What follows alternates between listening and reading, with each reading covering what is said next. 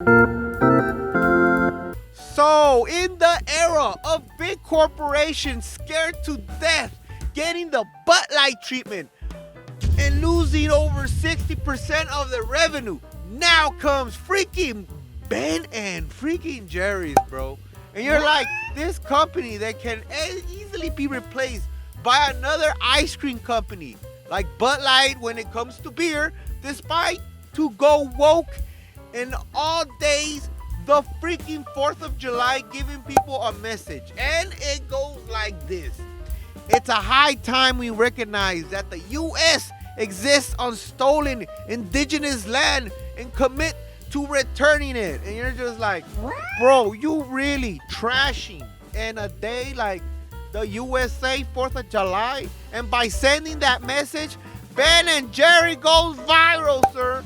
And it's not the kind of viral they were hoping for. No, instead, with some calling the company's moment a Bud Light hold my beer moment, sir. Bruh. So since the Ben and Jerry is complaining about people should be returning their land with this message, and it says, the 4th of July. Who doesn't love a good parade?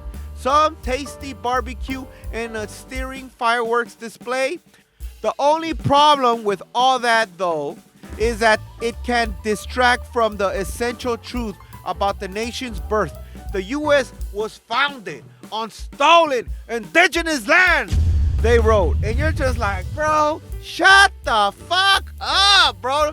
You're like that whiny kid at school that complains about shit no one gives a damn about. So the other Twitter user called on the company to be the first to give up its profits and properties, including factories, buildings, and stores. And the irony is there's a factory in the land of the Abenaki people. So if Ben and Jerry was so passionate about this and should remind you, Ben and Jerry tweeted this all by themselves, and now they're quiet as hell about it. Beta. So in this episode, we're gonna talk about why an overpriced ice cream company is trashing the U.S. in Independence Day. Out of all days. God damn. All right, let's get started. So someone said, okay, this should be easy then. Shut down and donate all of your land facilities and assets to indigenous people. Again, crickets, sir. They're like, hey, So, as Mr. John Rich said, make Ben and Jerry's butt like again. And I'm like, God damn. They're gonna get ratioed. So, as Ben and Jerry is accused of hypocrisy for calling on the U.S. to ban over all stolen indigenous land when its headquarters sits directly in Native American soil in Vermont, sir. So the chief of Vermont ended up calling a woke ice cream company to engage in talks. So, in other words, put your money where your mouth is, sir. So Don Stevens, chief of the Nuligan Band of the Cossack Abenaki Nation, I know I just butchered that, has told the New York Post that the land the company built their headquarters on is a native land in the first place. So, my God, sir, now in the hell are they going to get out of this one, sir? So, they're going to do is either ignore it. Stop the cap. But just like Bud Light, this is going to be worse and worse every day they start ignoring it. And something tells me that all they can do at this point, and if they want to get away from this bluff, they're simply going to have to pay the small group of indigenous people millions and millions of dollars. So, ironically, all this virtue signaling people are all full of crap, and it's extremely apparent here. And I said it once and I'll say it again. Once you go woke, you go broke, sir. So the Ben and Jerry Twitter account is getting ratioed up the ass and through oblivion. And to no surprise, people claiming they're switching their ice cream brand, for example. Someone tweeted, Well, Ben and Jerry, since your woke organization decided to indicate we stole Mount Rushmore from the Indians when we actually conquered the Indians, I have sold my shares with your business and I will be investing in Wicked Kitchen plant-based ice cream.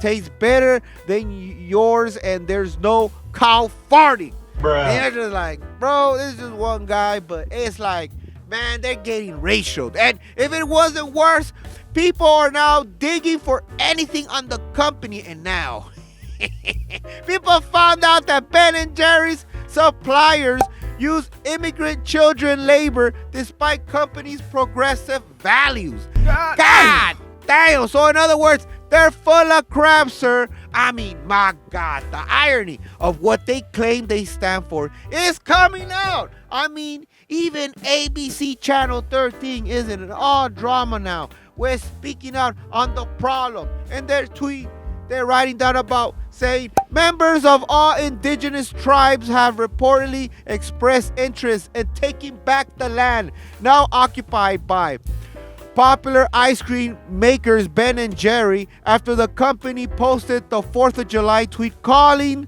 for America to restore their stolen land. And ironically, they're getting the same bait back to them. I mean, damn. People celebrate USA and stars and stripes and stuff, and they thought people would take a company bashing the holiday that it would give them good, like, I don't know, press? Bruh. I mean, they're freaking morons. I mean, if you search what Ben and Jerry stands for, well, you kind of know at this point. They're kind of woke. So, guided by our core values, this is Ben and Jerry's, by the way, we seek in all we do at every level of the business to advance human rights and dignity, support social and economic justice for historically marginalized communities, and protect and restore Earth's natural system. In other words, Stop the cap. we use ice cream to change the world. Yada, yada, yada. So yeah, they're woke as hell. So what do you guys think? You guys think Ben and Jerry's is giving their land back, or they're gonna play dumb and hope people forget, and they're not, because they're essentially, people are done with Bud Light and they need to find somebody else, and it's looking like Ben and Jerry's is the one. Ironically, they screwed themselves over. So, yeah.